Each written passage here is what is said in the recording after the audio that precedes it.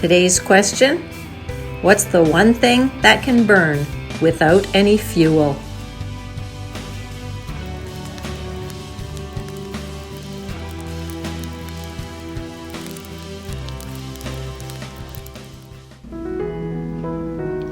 Imagine driving your car without any fuel, burning a campfire without wood, surviving your week and still being productive without any food, running your computer or your phone without a battery or a charger, or you get the idea.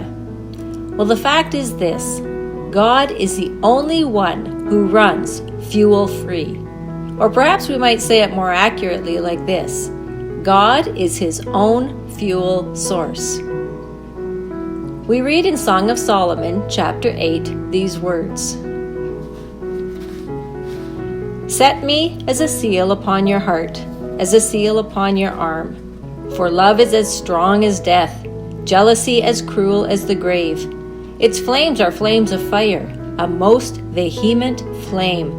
Many waters cannot quench love, nor can the floods drown it. If a man would give for love all the wealth of his house, it would be utterly despised."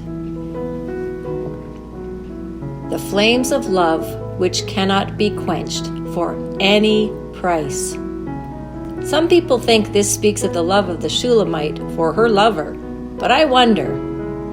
The words in verse 6, most vehement, are the Hebrew word Yah, J-A-H.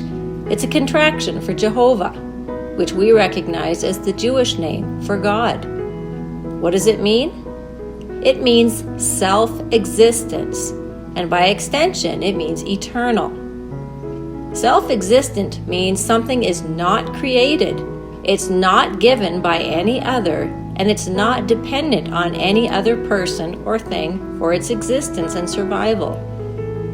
No merely human love is either self-existent or eternal. We know that. True love must always find its source in God, who is love.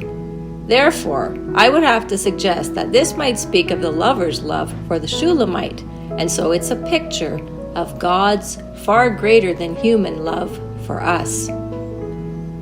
Let's consider 2 points about God's love. First, as is pictured here, God's love is self-existent. Human love is certainly not self-existent. Naturally, in the flesh, who do we love? We only love ourselves. We are extremely selfish. Our love is fluctuating. It fluctuates according to our moods, according to our emotions, according to what I ate for breakfast. It changes according to how others treat us. When someone mistreats me, if I'm acting in the flesh, my automatic response is to strike back. For our love to be pure, it must be the love of God at work in us. But God's love, on the other hand, is self-existent. It springs up from within himself because that's just who he is. God is love, we read in 1 John. There's a beautiful and powerful connection between this passage and Exodus chapter 3.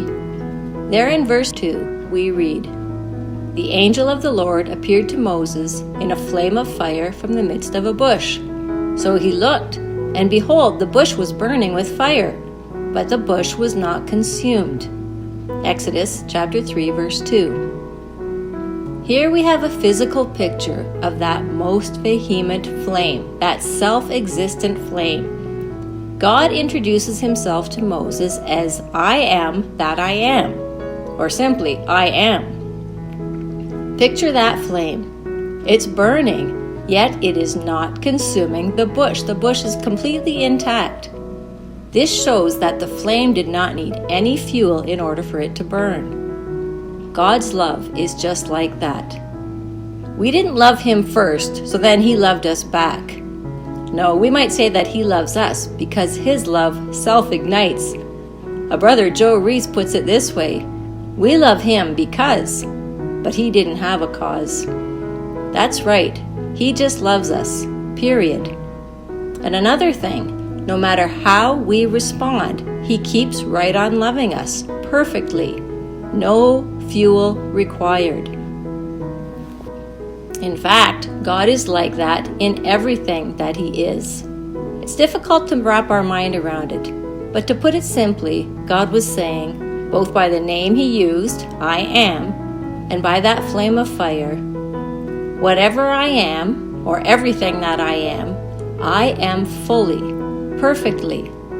I am perfect love, perfect righteousness, perfect justice and holiness, perfect purity, perfect goodness, and all at the same time. When God acts in perfect righteousness, He keeps on being perfectly loving. When God acts in perfect justice, He keeps right on being perfectly good, all the time. He was also saying that I am the source of all the things that I am. These things all find their existence in God, and they flow from Him. God is love. He is light. He is life. He doesn't just have these things. These things can only be ours through Him. He must give them to us so that they can flow out through us. He is their source. So God's love is self-existent. And because of this, because it needs no fuel, it is also eternal. It doesn't quit when we quit. God's love is also jealous, we read in these verses in Song of Solomon. Now we need to understand this. This word jealousy is the purest sense of the word. It's not like the envy that we were speaking of a few weeks ago. Many people have walked away from biblical Christianity because they heard or read that God is jealous. But I believe that they have an inaccurate understanding of that word. Yes, human jealousy can at times be very sinful. It's often based on pride or fear, and it can show itself very forcefully as love me or else. But jealousy can also be right. In marriage, a vow has been made to love and to be faithful. Two people become one, so unfaithfulness will provoke jealousy. In a similar but a much stronger way, God is the highest. He is the supreme being, and He's our creator, and therefore He deserves all of our love and our devotion. He deserves our whole life. He alone is worthy of it, all of it.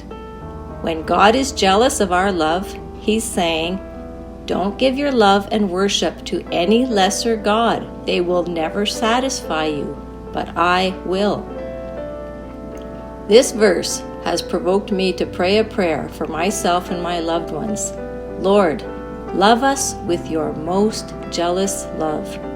Draw us ever closer to you. Don't allow us to stray from you. Guard our hearts so that we will love you first and best and not be drawn away by any lesser thing. We want God to love us with a jealous love. We want Him to keep us close to Himself and to protect our love relationship with Him. Now back to Song of Solomon. Do you struggle to love others? We all do sometimes. What should you do about that? First, it's only by accepting Christ that the love of God will come in to fill us. Remember, that love, His love, is self-igniting, it's self-existing and self-sustaining. It can't ever fizzle out and die. Knowing this, second, we need to choose to allow God's Spirit in us to have His way in us. When we feel the slightest twinge or hear His quietest voice, I want you to do this, or no, don't say that, don't go there, yes, go over and talk to that person. Then we must choose to allow His love to flow through our veins, through our feet, through our hands, our eyes, our face, and our lips and our tongue. Many waters cannot quench love, nor can the floods drown it. God's love can fill us, and it can become, even in us, a most vehement flame. No fuel required means that it will never run out. Let God's love burn in you.